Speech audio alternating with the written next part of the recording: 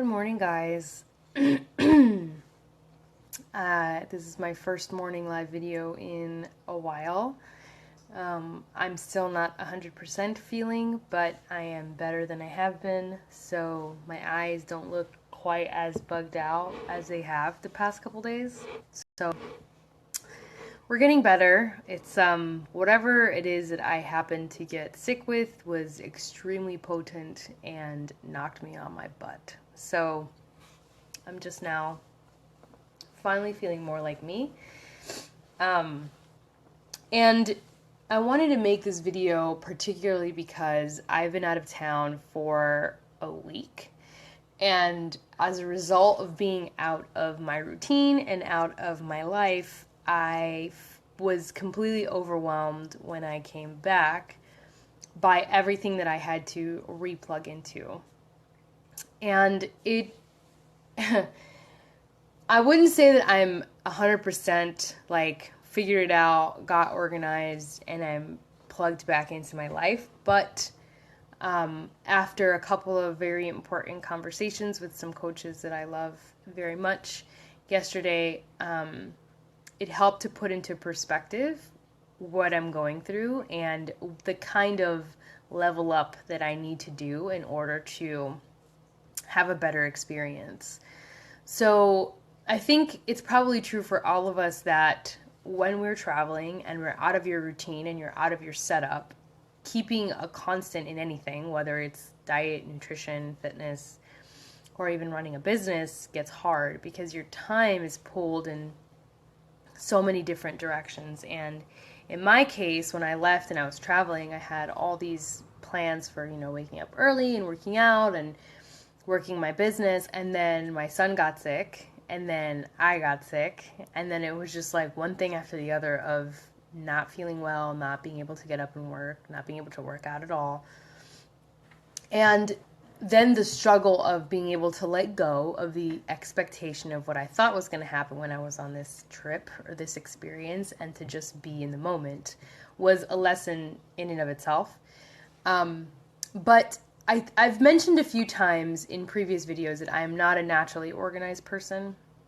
And I'm not saying that to be like humble and like, downplay my organizational skills. I'm saying that because I'm not a naturally organized person. I really, really struggle with organization in every area of my life. And it seemed that growing up, the only time that I was actually organized in any sense was with my classwork and homework. I tended to be very, very organized with my assignments and with making sure I had a planner since the time I was very young. Like elementary school, I think, is when I was introduced to a concept of an agenda.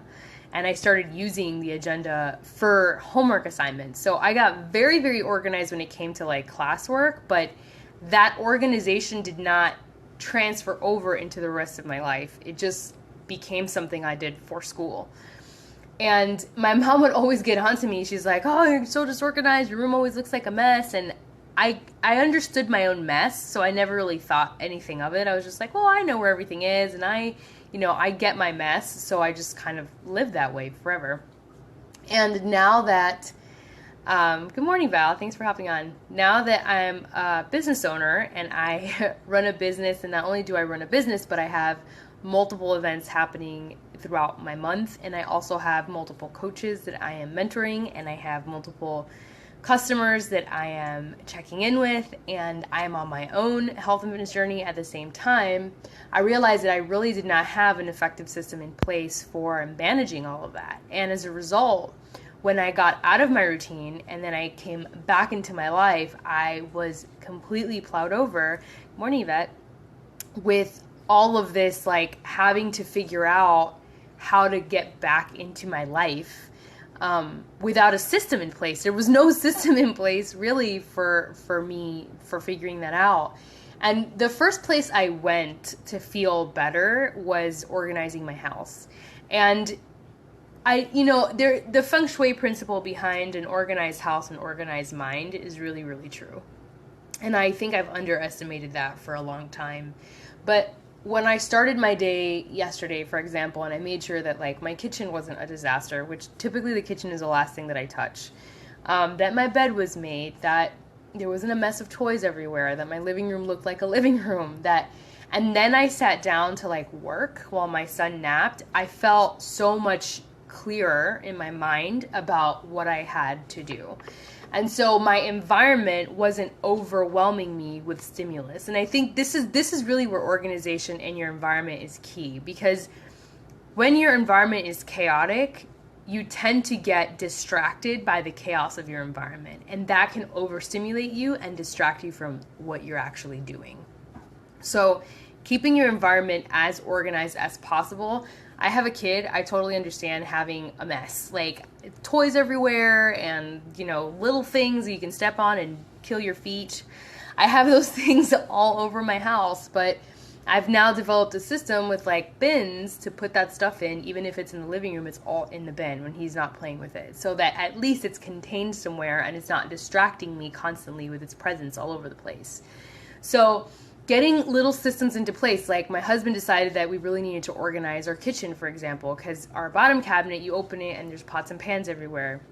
He bought a pan organizer and a lid organizer, two very simple things, very inexpensive things that we found on Amazon. And now when you open the cabinet, it just looks so much better. There's just an immediate aesthetic ease that comes from opening that and seeing that. And the next thing we're putting up is a spice rack organizer, so that we don't have bottles everywhere. We just have a thing with trays with our bottles in them, labeled. And I've always wanted to be an organized person, but I never understood how to even start that, because the way I organized everything was just kind of all over the place. And so I married someone who happens to be extremely organized and, has made me feel bad for being unorganized. So in that sense, I've learned a lot from him and also from my coaches. And yesterday on the call, when they were talking about implementing systems and, making sure that you write out your day before your day starts, like the night before, make sure you know what needs to get done that following day. Or even some of the podcasts that I've been listening to where, for example, Shalene talks about this, but I think Amy Porterfield also talks about this, taking a sheet of paper and writing on the paper everything that is on your mind that you have to take care of. Because the thing is, when you have all these things that have to get done, and you're not organized about your time management, they just keep rolling over to the next week, to the next week, to the next week. And they take your mental energy, mental space, and they continuously just kind of reside there without giving you peace of mind. And I think a lot of times we tend to overwhelm ourselves because we have all of these things just floating in our mind that aren't getting accomplished and aren't getting solved, and they're just taking up rent space in our mind.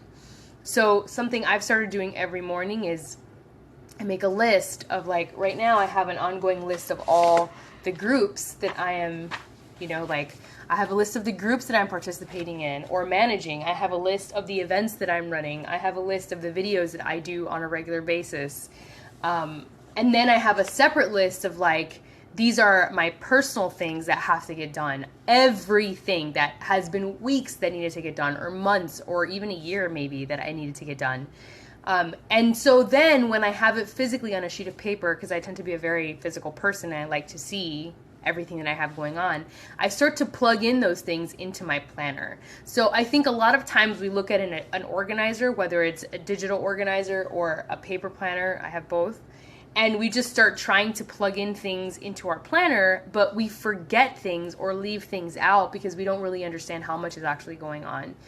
So when it comes to your life, when it comes to your house chores, when it comes to the bills that have to get paid, when it comes to the events that you're attending virtually or physically, or the groups that you are hosting virtually or physically, and especially when you have kids that are in school and are involved in activities, write it all down on a sheet of paper and give it categories.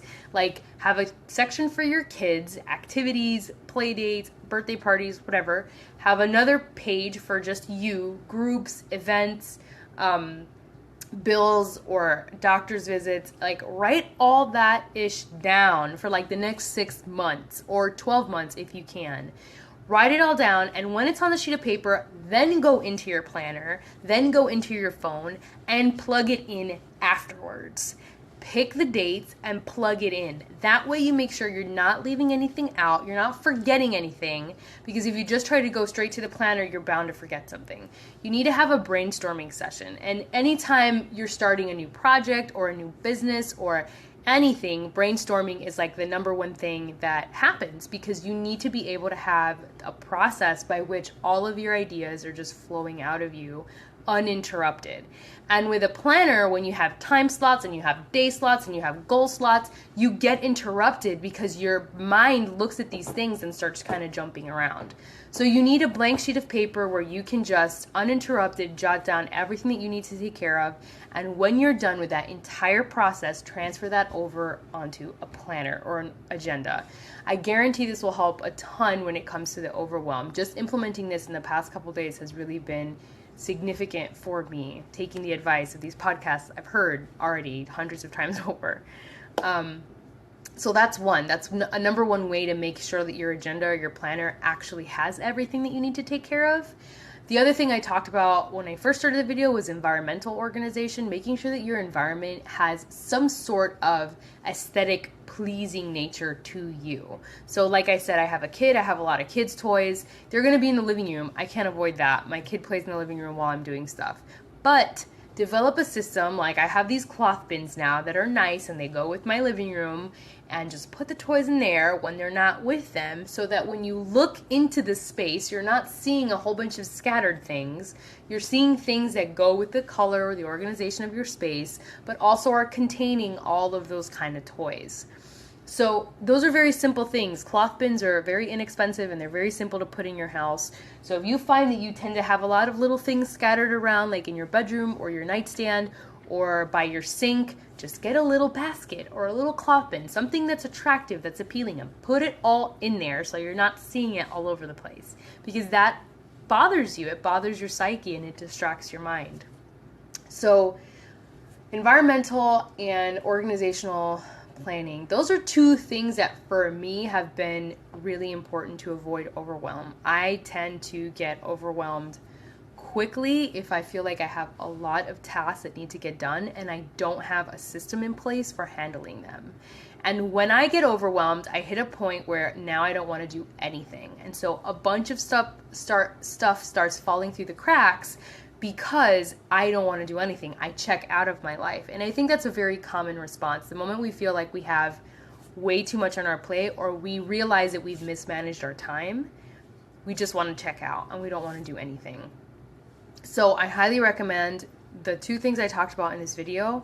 Make sure your environment looks pleasing to you, whatever that is. It doesn't have to be perfect. It doesn't have to look like a Pinterest house. It doesn't have to, just don't have a bunch of small things scattered everywhere. Get cloth bins, get wicker baskets, get cute little metal bins that contain things that look pretty when you look at them.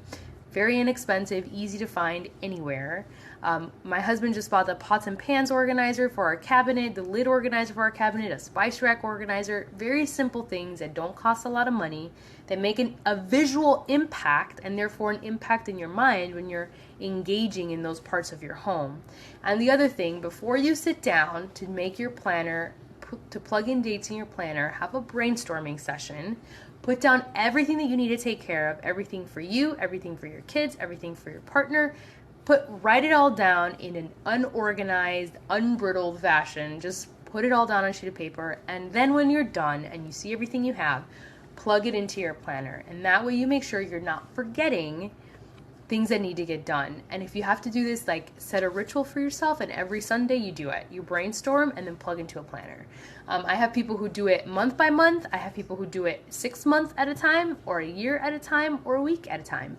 Whatever works for you to stay constant, but have a system in place that you can brainstorm everything that needs to get done for the next X week, month, 6 months, and then plug that into your planner so you're not constantly dropping the ball on things, forgetting appointments, and running late and overwhelming yourself. When you overwhelm yourself, that's self-harm. Okay, when you allow yourself to get to that point, it's a form of self-harm, and it hurts your psyche and it hurts your integrity, because you start to feel like down about yourself and out of integrity when you miss things or you're late for things or you can't seem to handle certain things in your life. So don't let yourself get to that point. Allow yourself to find a system that works for you, that's simple. Don't overcomplicate getting organized, but do take the time to help yourself feel in control of your time. That's so, so important. All right, guys, thanks for hopping on, for watching this video. Wishing you an organized and fulfilling day. Have a good one.